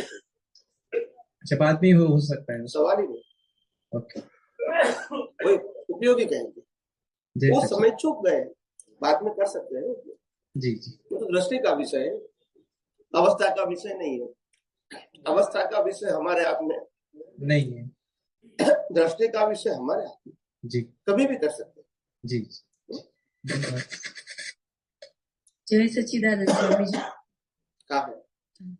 जय सच्चिदानंद, कोटि कोटि वंदन। स्वामी जी, मेरा प्रश्न ये है कि अभी आपने थोड़ी देर पहले कहा था ना कि अभी हमने जब हमारे से मिस्टेक हो जाती है तो हम उसे कुदरती रचना थोड़ी देर के बाद भी अगर देखते हैं तो बीज गिरा है, पर अज्ञान हमारा नाश हो रहा है। हाँ, जब आपने बाद में भी देखा तो अज्ञान तो नाश हो गया। हाँ, मगर बीज का फल भी आएगा। हाँ, और वो अनुभव ज्ञान जो आपने यूज किया है वो भी आएगा। हाँ, पैरेलल। अच्छा, अनुभव ज्ञान भी आएगा। हाँ, दोनों आएगा। तो उसके बाद मुझे लगता है कि आपने ऐसा बोला कि वो जो लास्ट भाव में हमारे जो कर्मों का जो ग्रोथ रहता है वो पूरा आता है, तो वो जो हम लोग अभी समझो भी, मैं मेरा एग्जांपल लूं कि अभी मुझसे कुदरती रचना नहीं देखा गया तो मेरा बीज गिर गया है, पर अज्ञान मेरा नो डाउट के नाश हुआ है, तो अभी नेक्स्ट भाव में ही मेरा उसपे मैच्योरिटी दिखेगी ना मेरी ज्ञान की, मतलब कि फिर लास्ट भाव में ही सब रिजल्ट के रूप में ऑटो मोड नेक्स्ट बर्थ में आएगा। पुरुषार्थ आपने आज किया है वो तो रिजल्ट के रूप में नेक्स्ट बर्थ में, रिजल्ट के रूप में ऑटो मोड आएगा। उस समय आपको मेहनत करने की अवस्था में विज्ञान अपने आप हाजिर रहेगा। जैसे केवल ज्ञानी को सभी अवस्था में रहता है, उसको भी पुरुषार्थ नहीं कहते क्योंकि एग्जाम दे चुके हैं, अज्ञान खत्म कर चुके हैं, अभी उसको पुरुषार्थ की जरूरत नहीं है। मगर जो बीज डाले हैं इसका भुगतान तो आएगा ही, या सुनो, मगर पुरुषार्थ बंद होगा क्योंकि अज्ञान नहीं है पिछले अवतार में। अभी समझ में आ गया? तो फिर वो एक ही प्रिंसिपल है। तो अर्जुन है कि रामचंद्र है कि कोई भी पर वो ऐसा देखा गया है कि लास्ट भाव में ही सभी को बहुत ही ज्यादा मतलब भारी उपसर्ग महावीर भगवान को, तो ऐसा ही होता है स्वामी जी क्या कि लास्ट भाव में ही सभी को आता है कि अपने कॉज के द्वारा ही सबको इफेक्ट मिलती है। ठीक है, ऐसे व्यक्तियों को बता दिया गया है केवल अपने आप चले जाते हैं सरल जी के। सही बात, मगर उनका इतिहास होता है नहीं तो क्या करेंगे। सबसे ज्यादा क्यों नहीं जाते हैं मोक्ष में और सबसे कम तीर्थंकर जाते हो, मगर लोग इसकी वैल्यू करेंगे क्योंकि ऑफकोर्स क्योंकि वो ही गाइड करने वाले हैं। मगर केवल तो ऐसे ही नॉर्मल लाइफ जी के जाते हैं, उनकी कोई विशिष्टता नहीं होती है, विशिष्ट लाइफ भी नहीं होता है, नॉर्मल जीवन जी के चले जाते हैं, हरू कर्मी होते हैं। और स्वामी जी दूसरा एक क्वेश्चन मेरा है कि जैसे दादा ने आपके बारे में कहा था कि 4 अवतार से आचार्य आप है, तो वैसे दादा के एक पद में ये भी सुना गया है कि नरसिंह मीरा खो कबीर सब ये गाड़ी में बैठे हैं, तो स्वामी जी इसका मतलब क्या, दादा का क्या मतलब है कि वो सब जो है वो यहाँ पे ही है, मतलब हमारे मतलब यही वो दादा ने कहा है तो कहा ही है, मैं कैसे मना करूँ, मगर मेरे को दिखते नहीं है तो क्या करूँ। तुम बताओगे तो फिर कौन कौन है, तो मैं कैसे बताऊंगा। तो उन्होंने जो कहा है उसमें मैं कोई शंका नहीं करता हूँ, मगर मेरे पास कोई प्रूफ नहीं है, मेरा कहने का मतलब है उन्होंने जो कहा है वो गलत का ऐसा भी नहीं कहता हूँ, मगर मेरे पास प्रूफ नहीं है। तुम कहोगे तो फिर कौन कौन है, मेरे पास कोई उत्तर नहीं है। उन्होंने कहा है वो तो मैंने भी सुना है प्रत्यक्ष रूप से, पर उत्तर नहीं है मेरे पास। स्वामी जी मम्मी बोल रही कि कविराज का ऐसा बोला गया था कि नरसिंह में था, मैं कहा मना, कविराज के लिए बताया गया था, दादा ने बोला था कि नरसिंह में था, या बराबर है। पद्माश है कि नरसिंह रूपांतर नवनीत, नरसिंह नवनीत जीव रूपांतर बराबर है। सबके लिए तो एक हाँ बोलिए, फिनिश कर दीजिए। हाँ स्वामी जी, मतलब वही, हाँ वही नरसिंह मेहता का वही बोला था कि कविराज जी है ना, वो नरसिंह मेहता क्या होता है बराबर है। और उनके बारे में व्यक्तिगत रूप से कहा है। हाँ, वो जो पद जो रचना कर रहे थे और गा रहे कहा भी है, कहा बाद में रचना हुई है। हाँ, दादा के कहने के बाद रचना हुई है। अच्छा, ये नरसिंहमाथी नवनीत बनो છે એટલે નરસિંહ નવनीत जीव रूपांतर ऐसे पद में लिखा है, बाद में लिखा नहीं समझ गया। ओके, जय सच्चिदानंद। यस प्लीज बोलिए। जय सच्चिदानंद स्वामी जी, जय सर, कोटि कोटि वंदन स्वामी जी। स्वामी जी बैठ जाइए। हाँ बैठा हूँ स्वामी जी। नहीं उनकी बात प्लीज। हाँ स्वामी जी, आपने बताया कि अवस्थाओं को सम्यक दृष्टि से अपने को देखना है ना, तो हमने हमारी बुद्धि से समझा है उसको, तो फिर भी उसमें मेरा संशय है मेरे को। बोलिए, आप मुझे बताइए कि उसको कुदरती रचना कैसे देखना है। एग्जाम्पल, अभी जैसे 2 बच्चे कोई गेम खेल रहे हैं, गेम खेल रहे, ओके, 2 बच्चे ये अवस्था है। तो हम तो मैं तो आंखों से देखता हूँ कि ये खेल रहे हैं, और बुद्धि कहती है कि ये कुदरती रचना है। या किसी ने जैसे मेरा अपमान करा तो मैं क्रोध आया, तो मैं वहां तुरंत ज्ञान बैठाता हूँ कि ये कुदरती रचना है, मेरा प्रारब्ध है और ये डाकिया है। तो वहां मुझे डिफरेंस उससे मेरा भेद हो जाना चाहिए ना स्वामी जी। तो थोड़ा सा भले ही 10 सेकंड के लिए हो, कोई बात नहीं, लेकिन वो होता नहीं है। फिर क्या होता है? और फिर वो स्थिति वो की वही रहती है, मेरा वो क्रोध बना रहता है। ये सब बिठाने के बाद भी कि ये कुदरती रचना है, ये डाकिया डाक लाया है, मेरा ये प्रारब्ध है, ये तो, बोलने के बाद भी, हाँ मतलब समझने के बाद भी जी, तो मेरी यहाँ कहीं ना कहीं गलती है, मैं ठीक से उसको नहीं उपयोग कर रहा हूँ। तो आपका कहने का मतलब ये है कि राम को ज्ञान था कि हिंसा करना पाप है, अगर वो जागृति हो गई होती तो युद्ध नहीं होता, यही कहने का मतलब है? नहीं, मेरे को तो सिर्फ इतना है स्वामी जी कि उस मेरे को जो अभी मिला कि अपने को कुदरती रचना देखना है। हाँ, मैं आपको वही एग्जांपल देता हूँ कि राम रावण को तो दोषी देखते होंगे ना? हाँ हाँ जी। और दोषी देखेंगे तो कर्म बनेंगे। नहीं समझा जी साहब, मैं सिंपल बता रहा हूँ, अगर राम रावण को तो दोषी देखते हैं तो कर्म नहीं बनेंगे? तो वो तो मोक्ष में गए। अभी तो जैसे आपने हमको ज्ञान दे दिया, दृष्टि दे दी कि राम का जब रावण से युद्ध हो रहा है तब भी राम तो अपने ज्ञान में ही है। हाँ, युद्ध तो बंद नहीं हुआ ना। हाँ, तो मारामारी तो बंद नहीं हुई है, नहीं हुई ना स्वामी, तो गुस्सा तो बंद नहीं हुआ ना। हाँ ठीक जी जी जी जी हाँ हाँ हाँ, इतना गोवा जी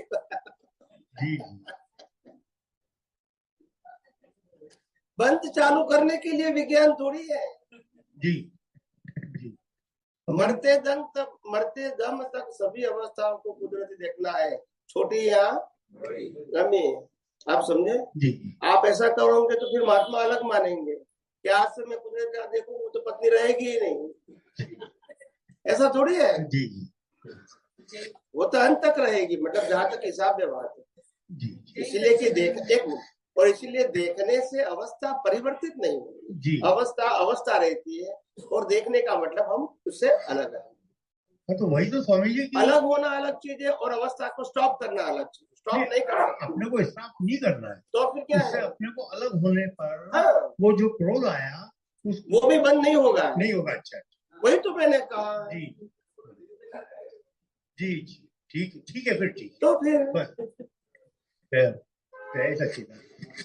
सच्चिदानंद स्वामी जी। स्वामी जी हमारा वाकई नहीं कि लाइव ईगो का जो डिसीजन होता है, बंद हो जाता है, लाइव ईगो का जो डिसीजन होता है स्वामी जी, मेरे को जानना तो वो पिछले भाव का डेवलपमेंट और वर्तमान ज्ञान के आधार पर होता है। दोनों, पिछले अवतार का डेवलपमेंट और वर्तमान में जो ज्ञान मिला है, ये दोनों का कॉम्बिनेशन है। इसका आप यूज कर सकते हैं वर्तमान संजोग में, कर सकते हैं, करेंगे या नहीं करेंगे वो डिपेंड, मगर कर सकते हैं। दोनों काम में आएगा, जो डेवलपमेंट लेकर आए वो भी काम में आएगा, और अभी जो नया दृष्टि मिला है ज्ञान वो भी काम में आएगा। नहीं तो फिर ज्ञान लेने का मतलब ही नहीं है।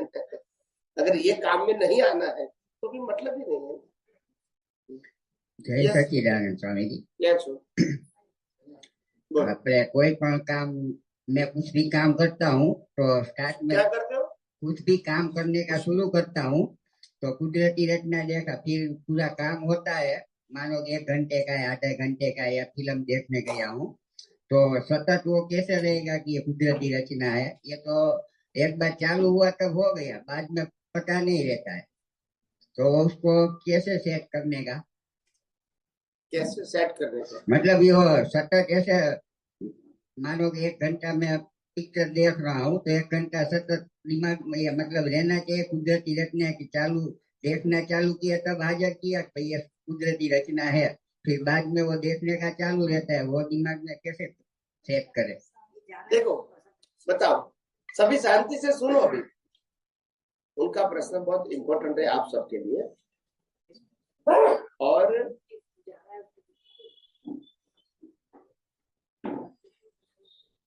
वहां डोर पे खड़ा हो गया।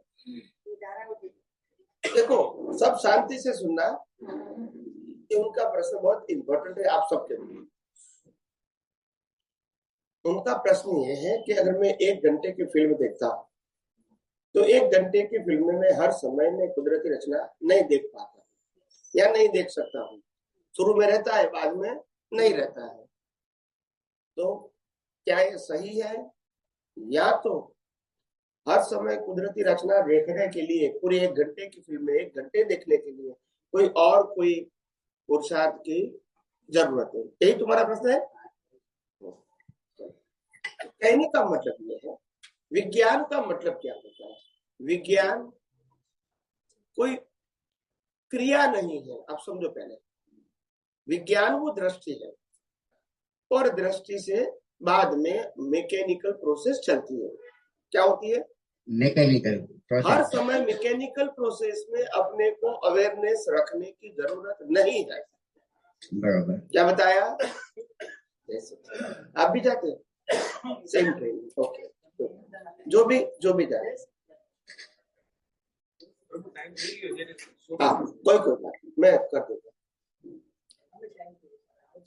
जय सच्चिदानंद, जरूर। हाँ, सब लेकर जाना। तो मेरी बात सुनो। हाँ, ये दृष्टि की परिपक्वता का प्रश्न है, ये क्वांटिटी का प्रश्न नहीं है, क्वालिटी का प्रश्न है। किसका प्रश्न है? क्वांटिटी का नहीं। क्वांटिटी मतलब 1 घंटा मेरे को कुदरती रचना देखना है, उस क्वांटिटी, वो क्वांटिटी नहीं है, क्वालिटी है। और क्वालिटी का मैं एग्जांपल दे दूं ताकि आपको समझ में आ जाए कि मैं क्वालिटी का मतलब क्या कहता हूँ। जैसे हम शादी करते हैं, फिर एक बार बता दिया कि ये तुम्हारी धर्मपत्नी है, फिर कितनी बार जागृति रखनी पड़ती है? नहीं, वो तो रहता ही। तो क्यों भूल क्यों नहीं जाते हैं? खाना खाते, पीना खाते, नौकरी करते, बाहर करते, व्यवहार करते, फिर भूलते क्यों नहीं है? बरोबर नहीं, जवाब दो। बरोबर के उत्तर थोड़ी है। वो तो बचपन से सुन के आते हैं कि शादी करती है, घरवाली बन जाती है, घरवाली बन जाती है, तो तब से चालू हो जाता है। बनी नहीं है फिर भी चालू रहता है। घरवाली समझना जाए दिमाग में नहीं। तो फिर मैंने कितनी बार कहा कि ये सब कुदरती रचना है, तो वो याद नहीं रहता है। नहीं, वो बात नहीं कर रहा हूँ। मैंने क्या पूछा स्वामी जी कि चलो मैं यही कहना चाहता हूँ कि ये ज्ञान को आपको बार बार रिपीट करना नहीं पड़ता है, फिर भी रहता है। नहीं, यही मेरा उत्तर है। हाँ, वो तो नहीं करना पड़ता है, फिर भी रहता है ना? हाँ, रहता है। चला नहीं जाता है ना? माला नहीं गिननी पड़ती है ना? नहीं, चला नहीं मतलब सामने आता है कि कुछ नहीं, सामने नहीं आएगा तो भी रहेगी। नहीं, ऐसे अभी मैं सत्संग सुनता हूँ तो दिमाग में नहीं है। आप समझे नहीं? वाइफ का नाम बोलेंगे तो हाजिर हो जाएगी। नहीं, वो तो वो मैं कहाँ मना कर रहा हूँ, नहीं तो इसीलिए कहा। तो साइंस के अंदर अवेयरनेस की कीमत है, क्वांटिटी की कीमत नहीं है। चैंटिंग नहीं है। चैंटिंग समझते हैं? नहीं समझता। चैंटिंग का मतलब होता है एक ही प्रकार की प्रक्रिया बार बार करना। आप समझे ना? उसको चैंटिंग बोलते हैं। हरे रामा हरे कृष्णा, श्री राम जय राम जय राम बोलते रहना, तो ये चैंटिंग बोलते हैं। चैंटिंग समझते हैं? तो विज्ञान में चैंटिंग नहीं होता है, विज्ञान में अवेयरनेस होती है, बाद में मैकेनिकल प्रोसेस होती है। Awareness is important. मतलब एक बार आपको मालूम होना चाहिए कि स्विच ऑन करने से पंखा चालू होता है और ऑफ करने से बंद होता है। ये साइंस हो गया स्विच और पंखा का। फिर आपने एक बार ऑन कर दिया, फिर बैठ जाइए, फिर चलता है कि नहीं वो देखने की जरूरत नहीं है, चलता ही रहेगा। फिर वो मैकेनिकल प्रक्रिया है, बार बार पंखा चालू है कि नहीं, चालू है कि नहीं, चालू है कि नहीं देखना है। तो ये साइंस है। क्या है? साइंस है। आप समझे? तो साइंस में अवेयरनेस इज मोस्ट इम्पोर्टेंट। मतलब चालू जहाँ से मैंने चलो कि अभी मैं मशीन रिपेयरिंग कर रहा हूँ तो मेरे को 2 घंटा लगेगा, तो मैंने पहले स्टार्टिंग चालू किया, फिर बाद में खत्म हुआ, फिर वो मैंने कुदरती रचना देख लिया, तो पूरा 2 घंटा मेरा कुदरती रचना में ही जमा होगा। जब आपको कोई भी अवस्था कुदरती रचना नहीं लगे तो विज्ञान को हाजिर करो। जब कुदरत लगती ही है तो फिर विज्ञान की जरूरत क्या है? नहीं, वो नहीं, मैं क्या मेरे को जब काम करता हूँ तब नहीं रहता है दिमाग। एक मिनट, मैं कुदरती प्रकृति रचना हो वो आपने 2 घंटे में पहली 5 मिनट देख लिया, एग्जाम्पल। हाँ बराबर। बाकी के आप मिनट में आपने देखने की कोशिश नहीं किया। हाँ। या तो नहीं रहा, जो भी नहीं रहा, ठीक है। मगर ऐसा रहा कि कुदरती रचना नहीं है ना, वो तो सही, बस तो फिर है। बराबर। मतलब उस मेरा जानने का पॉइंट वही था कि इसमें कर्म नहीं बनेंगे।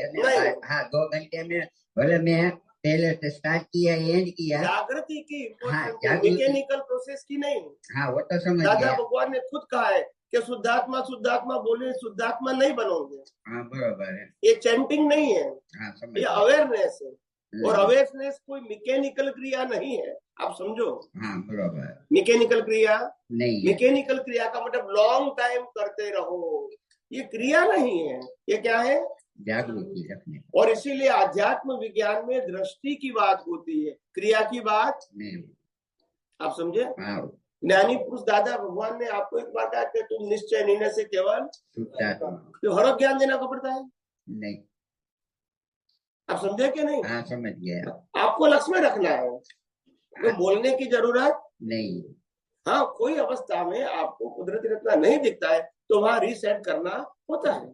जब दिखता है और कुदरती रचना नहीं है, ऐसा नहीं लगता है, तो फिर वो सेट करने की जरूरत नहीं।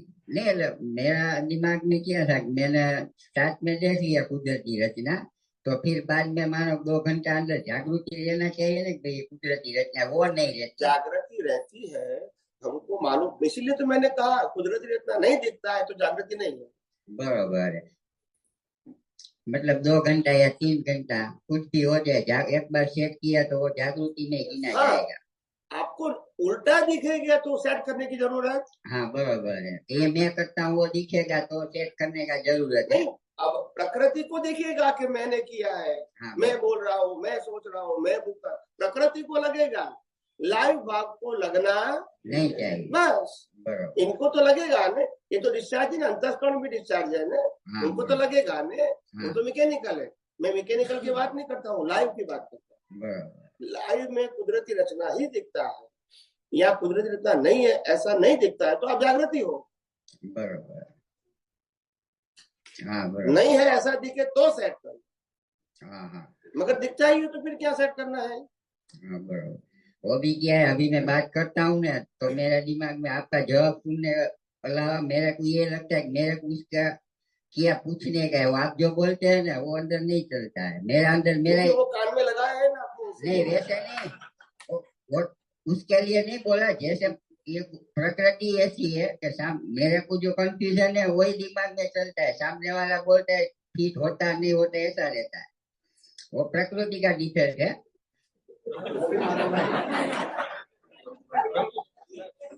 चलो कोई बात नो, वो तो आपका विज्ञान समझ के प्रकृति को कोई बात हो जाएगा। और किसी को प्रश्न है? लास्ट क्वेश्चन प्लीज, उनको माइक दे दो। लास्ट क्वेश्चन इस आपको दे दो प्लीज। अभी मेरा सिम हम जो प्रश्न पूछते हैं और आप उसका जवाब देते हैं वो लाइव ईगो में देख के देते हैं, या मेरा प्रश्न पूछने का डिस्चार्ज है और आप जवाब देते हैं वो भी डिस्चार्ज है? दोनों डिस्चार्ज है। तो आप देख के नहीं बता सकते, ऐसा डिस्चार्ज हमारा दोनों का ऋणानुबंध है, उसके हिसाब से आपका भी डिस्चार्ज है, मेरा भी डिस्चार्ज है। मगर लाइव ईगो आपकी समझ से उपयोग करके बताते हैं कि ऐसा ही निकलता है। वो जो दर्शन है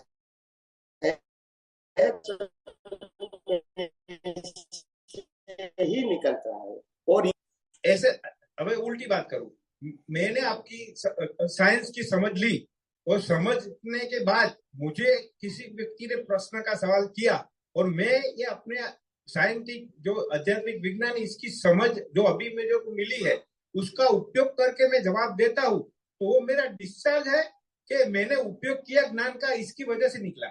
हमको देख के निकलता है, वो भी ऑटो मोड है। क्या बताया?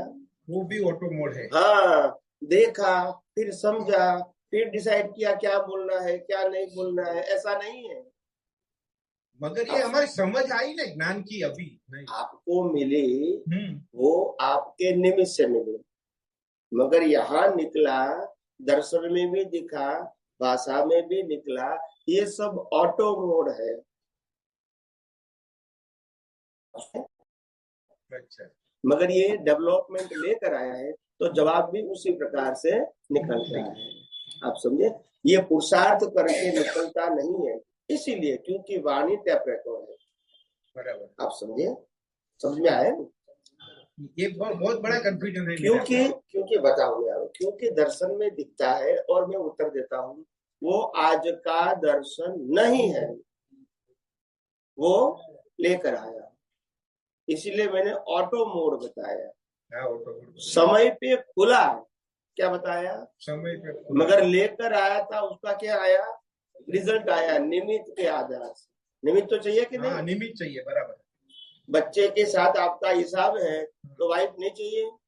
चाहिए, जो बोलते नहीं तो निमित्त तो चाहिए ना? निमित्त चाहिए। ऐसे निमित्त होते हैं। अज्ञानी को अज्ञानी का निमित्त होता है, ज्ञानी को ज्ञानी का निमित्त होता है। तो ज्ञानी हमें मिले, उसकी वजह से हमारी समझ आई और किसी ने हमें प्रश्न पूछा तो हमने उसको निमित्त के आधार से जवाब दिया। मतलब वो सब डिस्चार्ज है, ऑटो मोड है, बराबर। सबका महावीर भी जो बोले वो सब डिस्चार्ज, सब डिस्चार्ज, सब ऑटो मोड। भले ज्ञान है मगर ऑटो मोड है। बस यही क्लियर। ओके, चलिए। हे अंतर्यामी परमात्मा, आप हर एक जीव के अंदर विराजमान है।